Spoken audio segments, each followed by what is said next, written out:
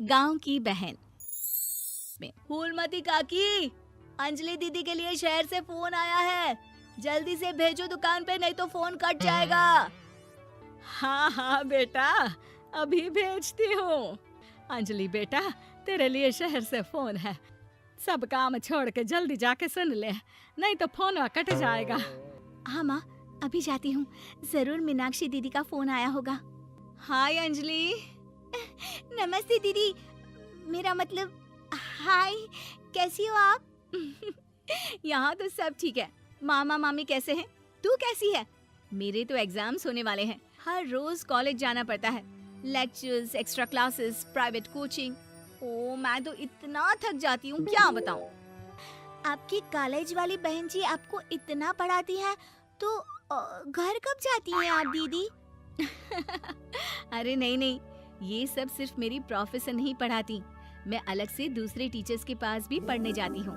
दीदी फिर तो आप बहुत थक जाती होगी ना, आप ना पैदल मत जाया करो, टांगा ले लिया करो दीदी। नहीं मेरी भोली बहन, ना मैं पैदल जाती हूँ, ना ही यहाँ टांगा मिलता है, मैं बस से जाती हूँ और थोड़ी दूरी के लिए रिक्शा ले लेती हूँ।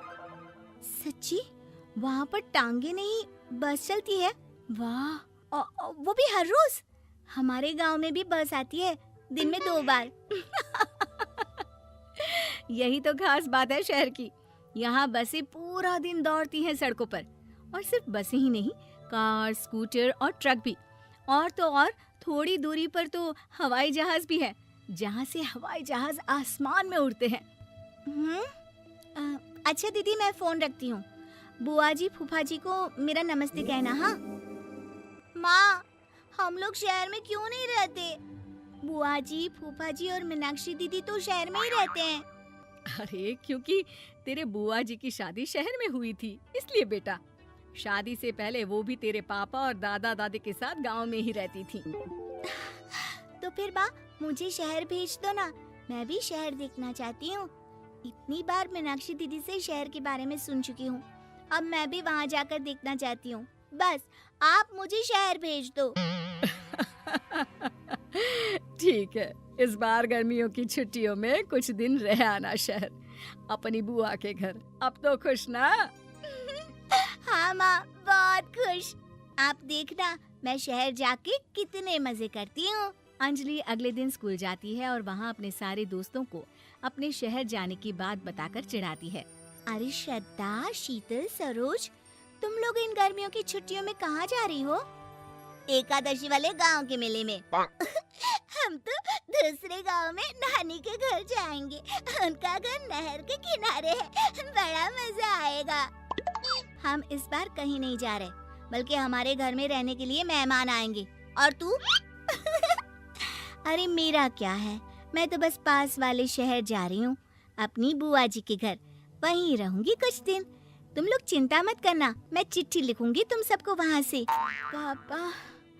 पापा मुझे तो चक्कर आ रहे हैं, जी घबरा रहा है। बेटा, शहर आने की जिद भी तो तूने ही की थी, अब पहली बार बस में चढ़ी है तो यही होना था, भुगतो अब। अरे मामा जी, अंजलि, आप लोग आने से पहले बता तो देते, मैं लेने आ जाती बस स्टैंड तक। आओ आओ भैया, आओ बेटी अंजलि। माँ बुआ जी कैसे हैं वहाँ, और भाभी कैसी हैं? सब ठीक है, बस अंजलि जिद कर रही थी कुछ दिन आप लोगों के साथ रहने की, सो छोड़ने आ गया। दीदी, आप मुझे शहर घुमाने ले जाओ ना, मुझे भी शहर देखना है। हाँ हाँ चल, तैयार हो जा जल्दी से। अंजलि तैयार होने जाती है और कुछ देर बाद जब बाहर आती है तो अरे ये क्या कर दिया तूने, मार्केट तक ही तो जाना है, इतनी डार्क रेड लिपस्टिक, इतने बड़े बड़े झुमके और चूड़ियां और चेहरे पर इतना सारा पाउडर। मेरी बहन, ऐसे नहीं चलेगा, जा और ये सब हटा के आ। अरे कैसे, क्यों? मैंने शहर आने के लिए इतनी मेहनत से ये सब इकट्ठा किया था, और वैसे भी मैंने देखा है मोहल्ले की राधा काकी के टीवी पर एक फिल्म चल रही थी, उसमें हीरोइन ना ऐसे ही तैयार होकर जाती है घूमने। सब पता है मुझे, मैं तो ऐसे ही जाऊंगी दीदी। अंजलि शहर की चकाचौंध को देखकर बहुत हैरान और खुश होती है। ऊंची ऊंची इमारतें, सड़क पर दौड़ती गाड़ियाँ, बड़ी बड़ी दुकानें, उसकी एक्साइटमेंट का ठिकाना नहीं था। दीदी, ये छोटा सा कमरा सड़क के किनारे क्यों रखा है? इसमें कौन रहता होगा? ये कमरा नहीं, पीसीओ है, पीसीओ। यहाँ पर लोग फोन करने आते हैं, सिक्का डालकर। ओह, हमारे गांव में तो दुकान पे ही जाते हैं बात करने। अच्छा चल, तुझे रेस्टोरेंट में खाना खिलाने ले चलती हूँ। Excuse me, 2 plate noodles please and 2 Cola. Meenakshi को ऑर्डर प्लेस करते हुए अंजलि बहुत ध्यान से देखती है और थोड़ी ही देर में ऑर्डर लेकर वेटर आ जाता है और खाना टेबल पर रख देता है। अरे, ये लंबी लंबी सेवइयाँ खाते कैसे हैं दीदी? और इसके साथ कोई अचार, प्याज, मूली कुछ भी नहीं दिया, बस ये छोटा सा पेट खुजाने वाला दे दिया है। गांव में तो छोटे छोटे चावल ही होते हैं जो कि हाथ से ही खा लेती हूँ। अब इसे कैसे खाऊं दीदी? एक्सक्यूज मी, एक चम्मच प्लीज, और लिटिल प्याज और अचार और मूली और एक गिलास मट्ठा, वो बाद में। हाँ, अब ये सब सुनकर आसपास बैठे लोगों को हंसी आ जाती है। मीनाक्षी भी अपनी हंसी किसी तरह रोकने की कोशिश करती है और वेटर मुस्कुराता हुआ वहाँ से चला जाता है। अंजलि समझ नहीं पाती कि सब किस बात पर हंस रहे थे, लेकिन वो छिप जाती है। दीदी, मुझे लगता है कि मुझे इन सेवइयों को ऐसे ही खा लेना चाहिए, इसी पेट खुजाने वाले कांटे के साथ। एक काम कर, तू मुझे खाते देख, जैसे मैं खाऊं तो भी वैसे ही खा ले।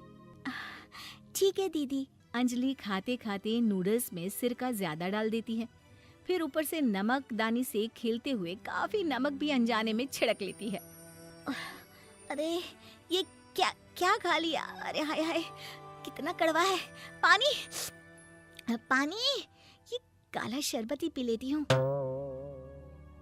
और जल्दबाजी में अंजलि जल्दी जल्दी कोला पी लेती है, जिससे उसके नाक में झंझनाहट होती है। दीदी, मुझे ले चलो यहाँ से।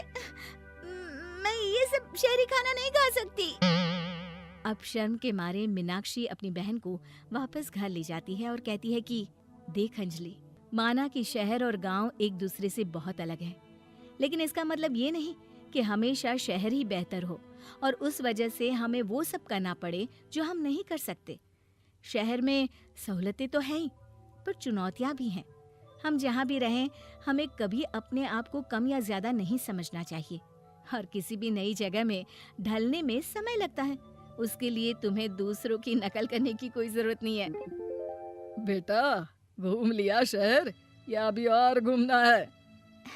नहीं पापा, मैं अपनी गलती समझ गई हूँ। आप गांव ही ले चलिए मुझे।